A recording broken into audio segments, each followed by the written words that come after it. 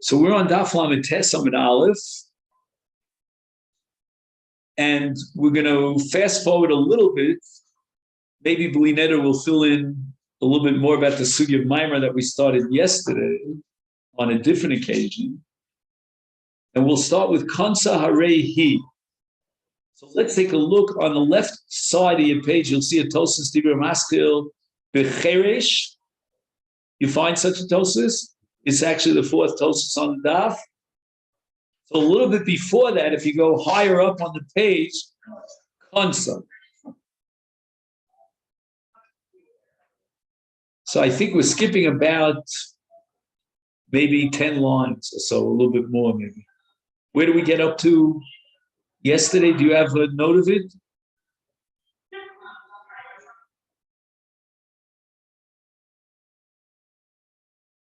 Steve, do you have a note of it? No? I think we got up to Seifa the Ovid V'Maimah. Okay, you know what? I think I made a note for myself. Let me just see. Did make a note of it.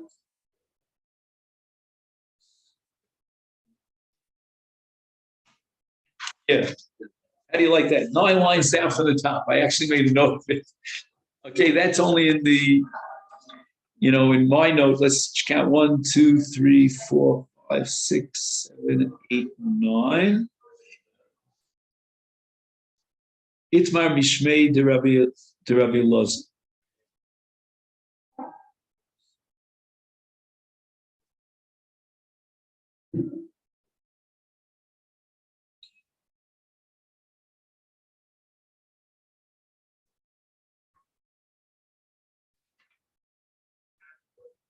Yeah, so I think we're skipping a little bit more than 10 lines. Yeah, I'm not the skipper type, but so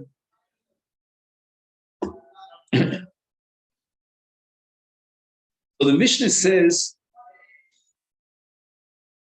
Kansa Arei ki ichto l'chol dov. So the Gemara says, Lamai Hilchas. What were you machadish here? That Kansa Harei ki ichto l'chol dov. I mean, that's what Yibum is all about, right? She becomes his wife. Amar Rabbi Yossi Bar Chanina Lomar Megarsha beget, and I'm going to leave out the word umachzira for a minute. We'll get back to that word in just a second. Megarsha beget means the following: that this woman fell for Yibum.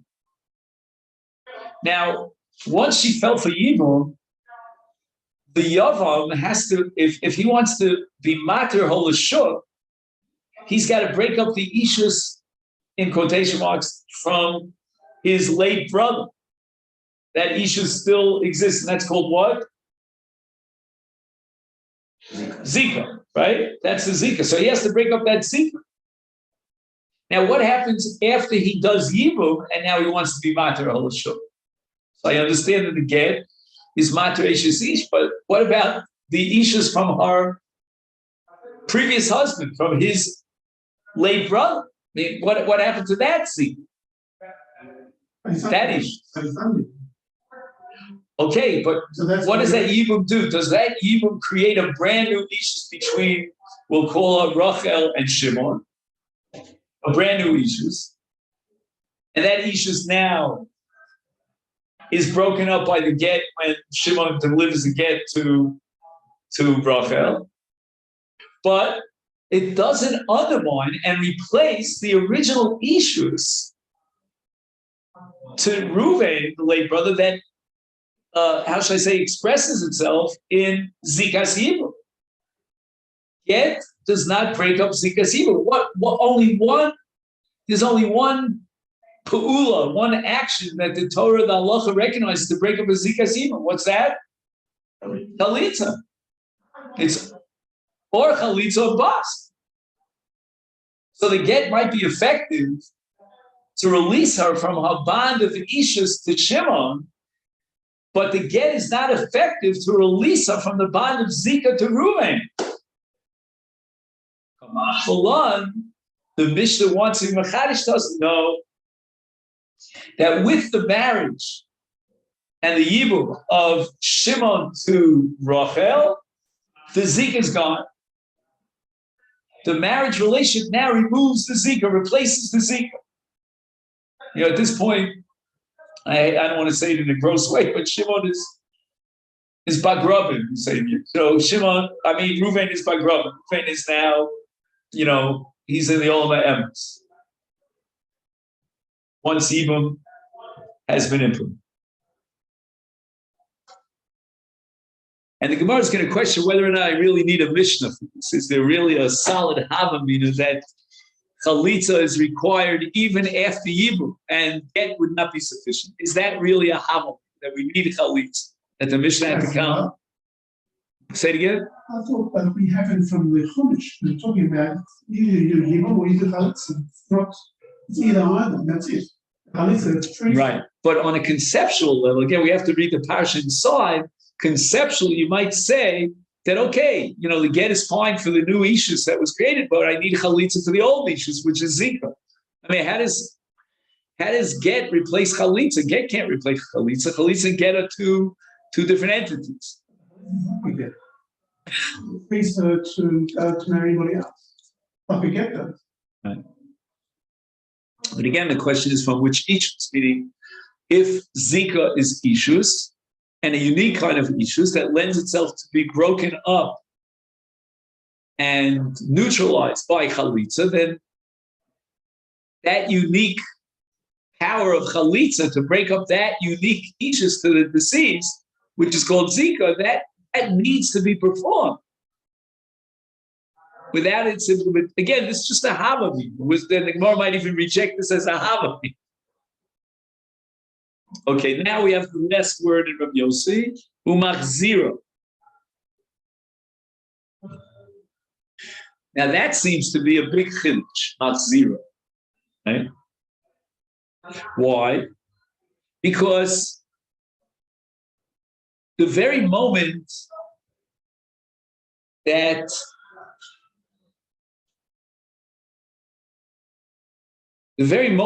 Shimon delivers a get to Rachel, right, Ashes Reuven, as a result of his Yibum.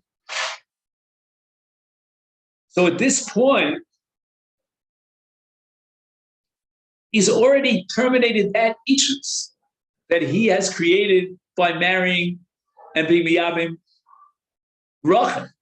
Once he terminates that Ishus, then she goes back to the Erva status of Ashes Achid.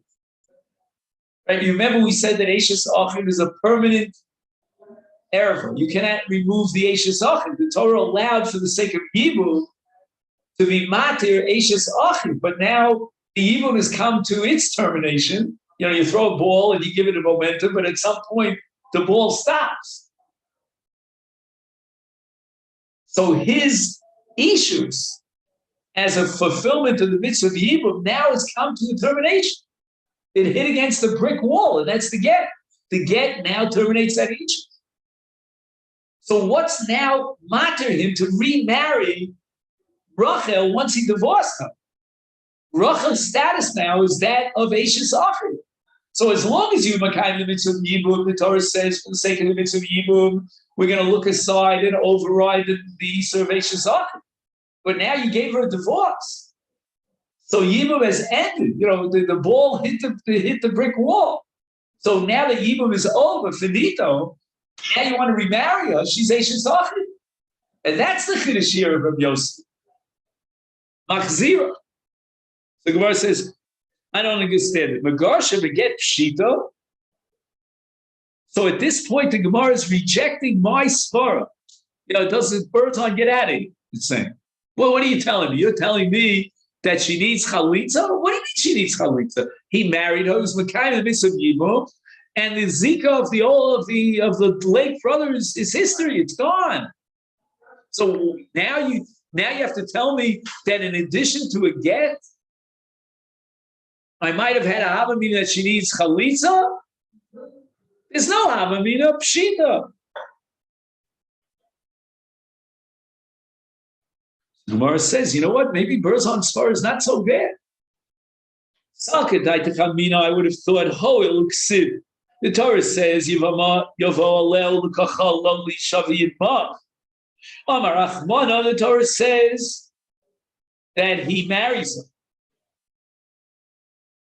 But even after he marries her, Dayin Yibume Arishon Oleh. Look at the pasuk. The pasuk says Yivama Yavo Aleha Ulekacha, and then it says V'yibma. How can you say V'yibma following Lekachal Olisha? If it's Lekachal Olisha, then there's no V'yibma. And we're going to explain the word V'yibma. Again, this is all a Havamina, so don't get nervous. But we have to understand the Havamina. The Havamina was that the word V'yibma is telling me that she's still considered a Yevama. Meaning there's still a vestige of the original Zikas Yibum, and therefore she still needs Chalitza. Because he can't call it V'yibma unless there is Yibum. But wait a second, he already was Makayim the mitzvah Yibum, Ulekachalo Leisha. So what do you tell me V'yibma? Is therefore Chalitza in beget lo, meaning get itself would not be sufficient to be matir her, because she's still V'yibma. She's still included in the mechanism of Zikas Yibum, even after he was Lekacha, and therefore she needs Chalitza. Amash Malan, that's what Rabbi Yossi is coming to be Machadesh. Again, when I say Rabbi Yossi, I mean Rabbi Yossi's interpretation of our Mishnah. The Mishnah has to be understood. The Mishnah says, comes along Rabbi Yossi, and he says, you know what, the Mishnah is coming to teach you that she doesn't need Chalitza. That once he, the Yavam, Shimon, gives her a get, she can marry anyone without Chalitza. The Havamina was that there's an extra word in the pasuk, V'yibma, and from that extra word, V'yibma, I might think to derive the conclusion that even after the Yibum, there still is V'yibma, which means that the original Zika is still in existence, and it requires Chalitza to remove that original Zika. Donnie, are you with me? I don't know. Reuven, you're looking at me like I fell out of Mars over you. What? I'm with you. You're with me? Reuven, you with me? Okay, you're muted here, but I'm saying if theoretically, if you were unmuted, would you be with me?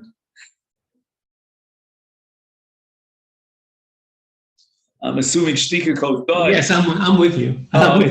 Thanks. Thank you. You calmed me down. You know, you wear these earmuffs. What do they call them? Those earphones? Yes. I don't know, what music you're listening to over there. Is it music of Berzon Shir, or you're listening to Mozart or Beethoven? I don't know. I hear your music. I mean, you're certainly not listening to, heavy rock or anything. Okay, fine. Oh, so now we go back to Rabbi Yossi, and we get to that last word in Rabbi Yossi. Rabbi Yossi wants to mechadish two things. We appreciate the first of the two, that Rabbi Yossi is saying she doesn't need chalitza. Kamash Malon, the Yibam means he's mekayim the mitzvah Yibam, and that replaces the original Zika, and she doesn't need chalitza. All she needs is a get. When I say she, I mean Ashes, Reuven, Rachel. But now Rabbi Yossi adds another word, umachzira, that even after Shimon, right, he divorces Rachel, he's allowed to remarry. I mean, he's not a Kohen. If he's a Kohen, then he can't remarry. No way, no how. That's why, by the way, the Gemara says the Kohanim ragzonim, the Kohanim get angry. What does it mean? My Rebbe used to say, when a Kohen gets more angry than a Yisrael, ridiculous. We all get angry, unfortunately. But if a Kohen gets angry at his wife and he delivers a get, That's irreversible. He will never, ever be able to marry her because she's a Gerusha. So the anger of a Kohen in the framework of marriage is a very dangerous proposition. So we're not talking about a Kohen. We're talking about, good old Israeli. So Don, you don't have to get nervous about this. But us guys... My wife wants to get nervous. Right. But us guys, we have to wonder, why would it be that the Yavam, who got angry at his Yevamot, his wife, after he was Mekayim Mitzvah Yibum, threw a get in her direction, and now he has Charata, he wants to remarry her. Well, was there a Hava meeting that he's not allowed to remarry her? He's not a Kohen. What was the headache here that would inhibit, halachically, the Yavam from remarrying the Yevamot after he gave her a get? Umachzira pshita. What do I mean, Rabbi Yossi, here? To tell you, Harei ki ishto l'chol davar, which means that after he divorces her, and he's not a Kohen, he can remarry her. Salke taitach mina. Again, we go back to the pasuk. Mitzvah. What does it mean, mitzvah? The Torah says, ulekacha lo liisha, with a mapikeh. Deramya rachmana alei avda. The Torah imposed upon him, Shimon the Yavam, a mitzvah of Yibum, and he fulfilled the mitzvah of Yibum. Hashta. Now, after he was Mekayim that mitzvah, also, we're not crazy. The Gemara actually has such a Havamina and explains Rabbi Yossi based on this Havamina. That after he's Mekayim the mitzvah of Yibum, there's nothing, no power, and no agency to remove the Yisrei Shesach. We can only remove the Yisrei Shesach within the framework of Yibum. Once Yibum is terminated, like we described it, hitting that immovable rock over there, you hit the ball against the wall, there's no Yibum. He divorces her, now he wants to remarry her? There's no mitzvah of Yibum. If there's no mitzvah of Yibum, then she was married to his late brother, and that's an erev of Eishes Achiv, which can never be removed. So the Gemara is so impressed with this Havamina that the Gemara says, V'yema hachinami. So prove to me that that's not so. That the Yavam, after he divorces, the Yavam is allowed to remarry her. There's no Isser Eishes Ach. Prove it to me.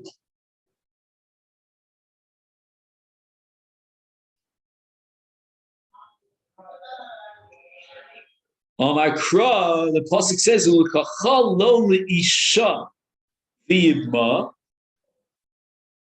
and the Gemara thinks that the pasuk has an extra word in it, not v'yibma that we discussed earlier, but the word leisha. It could have said "Ulkacha lo v'yibma." There are 4 letters, one word, leisha, that is complete. That is a word that's completely redundant. What does the Torah mean by adding the word li'isha? It is taking this Yevamah, stripping her of the concept of Yibum, and placing her into the concept of Isha, of classic Isha. She's no longer Yevamah. Why? Because the L'kacha lo, now she's Isha. Harehi ki ishta l'chol do. Forget about the original Zika. Forget about the fact that she was once married to his late brother, and there was an erva that was generated called Eishes Ach. Gone. History. Bury it. The hatchet. Because the Torah added the word le'isha. Le'isha means harehi ki ishta l'chol davar. She is no longer a Yevamah. And all the previous history, her record of being married to his older brother is closed, shut. And therefore he can be megarish or beget. He doesn't have to give a chalitza. And not only that, After he divorces her, he has a second wind, a second thought about it, and he's allowed to remarry.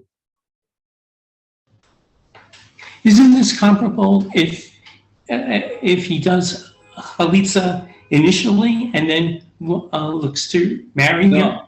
No, once he gives her chalitza, he can never marry her again. He was not been mekayim mitzvah of yibum. There's no leisha, and she's an eishes ach from now until doomsday.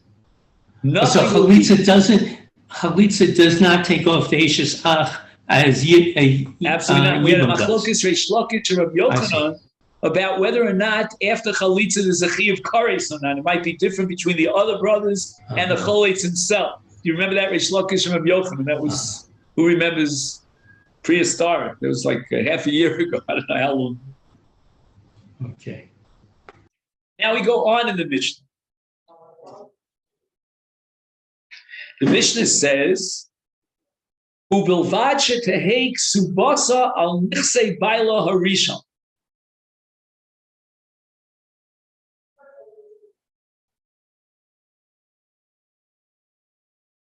All right, we're getting back a little bit into the sugya of ksuba that we started about a week or two ago.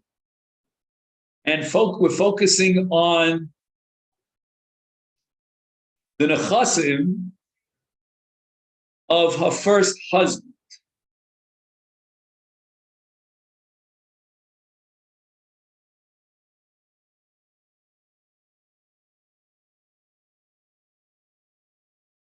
Now, what happens is that in the context of marriage, the Rabbanan established the ksuba. Now, what that means is, and it's so fascinating historically, that the Rabbanan so many thousands of years ago already wanted to protect a woman in marriage. It sounds like such a contemporary kind of concept. To protect the interest of the woman in marriage, they created an entity called a ksuba, which is going to obligate the husband under certain conditions, right? We'll have a list of conditions that have to be checked off. But if those conditions come about, the husband, will have to give her an enormous sum of money, which is called ksuba. Now, in halacha, and I think lahavdil in all legal systems, is something called a shibud, which in English is called a lien, L-I-E-N. Because of the ksuba, his, meaning the husband's property, we're talking about a mechuber lekarka, has a lien, it has a shibud on it. He can't just sell his karka, make it hefker, and release himself of that guarantee to pay the ksuba. The karka always has to be there with a guarantee that he'll pay the ksuba. If he can pay the ksuba by writing out a check, Masayim Zuz, signature fine. But if he doesn't have Masayim Zuz, she will collect a ksuba from his property. And that's a shibud, which very much, what's the word I want to use? Straitjackets his ability to sell his nechas. Because the buyer will always be very wary about buying this piece of karka, which has the shibud on it. Because come the day that either he divorces his wife or after his death, and she comes to collect the ksuba, she runs into this buyer's, real estate. She starts confiscating the real estate based on the shibud. Who's going to want to buy such a karka? And if you buy it with a slash price that reflects the gamble involved over here, because you're buying something that might be just a sack of, an empty balloon, because she might collect it and confiscate it. Oh. So now the question is, what about the Yavam? The Yavam never actually wrote a ksuba. All he did was he was mekayim in the midst of yibum. Her shibud for the ksuba is really on the first husband, the late husband. does the Yavam now, with regard to his own possessions, have a shibud, which now, as we said, straitjackets him if he wants to sell his own possessions? Is there a shibud from his possessions to pay up the ksuba? And the answer is, our Mishnah says that tehei ksubas al nisei baila harishon, that her rights to collect a ksuba and to, shall I say, materialize the shiva that she owns in her husband's karka, his husband's real estate, that's only from the real estate of her husband. She has no rights to collect the ksuba from the real estate of the yavam, of the live brother that marries him. And he writes here in the note, Ein hayavam chayav b'ksubas yevimto minachasa. V'rashoy l'mochram, the yavam could sell his own nechasim free, how should I say, laissez-faire, without any shibudim and any strings attached.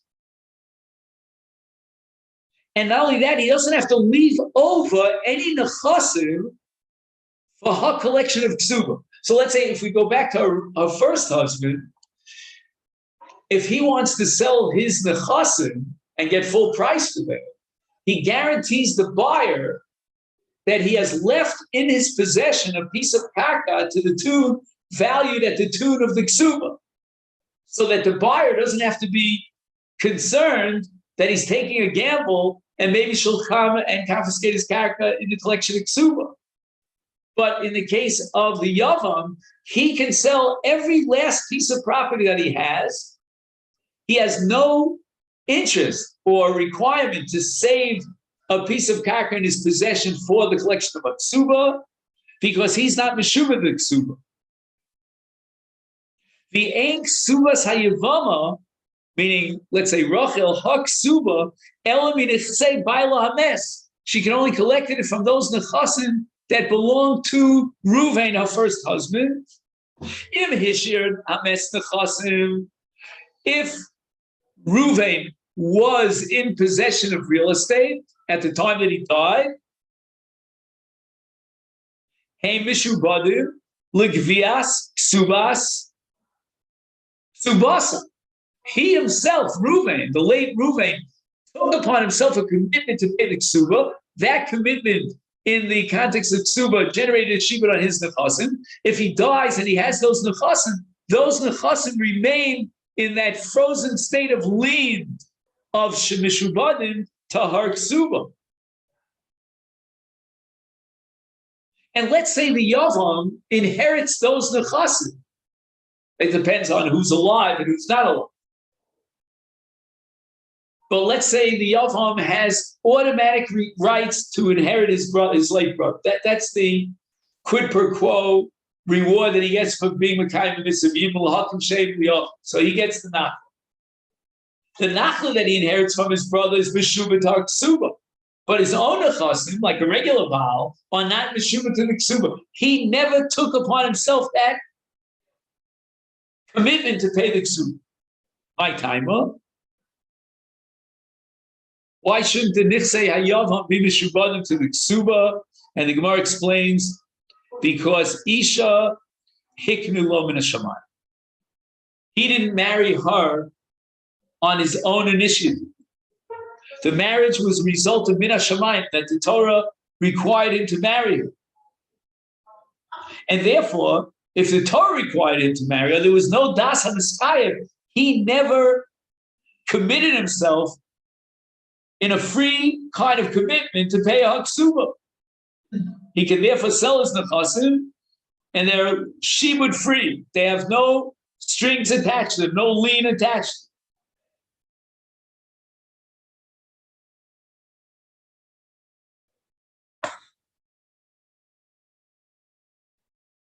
Now, all this makes sense if there are nechasim in the possession of Reuven, the late brother, at the time of his death. Those possessions guarantee her the money that she needs to live a life if she's divorced or widowed from a second husband.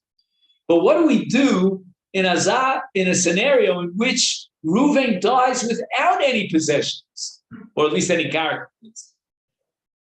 And now she's entering into a marriage, and again, it's Hiknalom and Shamayim, but the Rabbanan have to protect her. She has no wherewithal from which she can collect her ksuba. In that case, Ilesle, Larishon, Mina Rishon, if she has no collectible rights from the Rishon because he didn't leave any nechasim, to Kinu law, the Chacham now are going to step up to the plate and make a takana on behalf of this Yevamot Misheni, that now she has rights to collect the ksuba from the Sheni. And we're not going to allow and recognize the principle of Isha Hiknu Lo Min Hashamayim. We're not going to allow him to say, well, look, I never made this commitment to pay up ksuba. Let her collect it from my late brother. He's the one who made a commitment. Yeah, but he didn't leave any nechas. She's now in a vulnerable situation. Not only that, if he, Shimon, after Yibam, gets angry at the Yevamot, for whatever reason, she overcooked the cholent, so he's going to say, go get lost. He's going to give her a ksuba. The whole purpose of ksuba was to slow him down a little bit, inhibit him. Think twice before you divorce your wife, because as a result of divorcing your wife, it's going to cost you a pretty penny. You're going to have to pay the ksuba. Don't think you can divorce her, throw her again, scot-free. And that's called in the language of the Gemara, ksuba shalot tehei kala b'einav lotzia. And we're going to apply that principle to the Yom. So if you're dealing with his chayvus in a case where she has, she has the ability to collect her ksuba from the mischayev, then we're going to say she can't collect the ksuba from hiknu lo min hashamayim, from the Yom, because there was no mischayev. But the Rabbanan are going to force the Yom into his chayvus to pay the ksuba in a case where there were no nechasim left over by the first husband and she has no wherewithal and no security, no protection. If he would give her a chalitz, would she get, if her first husband had, would she get? Yes, she would get the ksuba. And when he didn't have the property, give the ksuba, but this one behind, to give her. No, he never married. He's only chayiv in the ksuba if A and B. A, his late brother left on the chasim, and B, he married. But if he never married and he gave a chalitza, she doesn't have any security. She's like a case of a woman whose husband died and never left no nechasim. Again, if he had nechasim that he sold, she has the wherewithal, the recourse to collect from the lokeh. But if she married a pauper and he went down without any money, she's, maybe we can make a collection. They have these cause matches.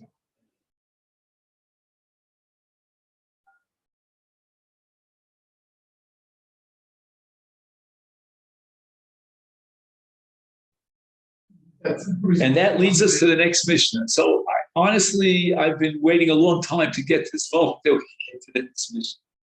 The previous Mishnah was really a challenge for me. We skipped about 10 lines, and we'll see if we can somehow fit them in at some point. I don't know.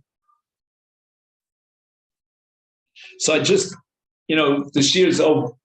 I just want to tell a joke. You don't mind the joke. Whenever I think about a person dying and leaving his possessions, I always think of a joke. My father told me this joke many years ago. He was a very stingy guy, very wealthy, but very stingy. It was to the point in which he was ill. It was like a psychological illness. He couldn't part with his money. And he was on his deathbed. And a number of the people who came to visit him had tried to solicit from him stuff for very, very important causes and organizations, but they were never successful. They figured now he's on his deathbed. He's not taking his money with him to the grave.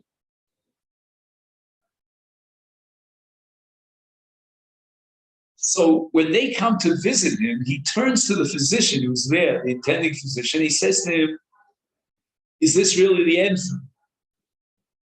So the physician says you have a very, very high fever. And the only thing that could possibly save your life is if you break out in a sweat, and the sweat will cause your fever to go down. But you do not have the capability of sweating. That was his disease. So I have bad news for you. This is the end. So when the people start waiting online and he realizes that he's about to enter into the pearly gates and he needs every merit that he has, he starts notifying the scribe to start writing out different documents. And each document meant that X amount of money from his estate would go to a certain organization. As he's doing so, one document after the other, he breaks out in a sweat. He says, "Ich schwitz," and all the documents are now null and void. So that's when a person finally starts sweating. All right, everyone should have a great day. All too.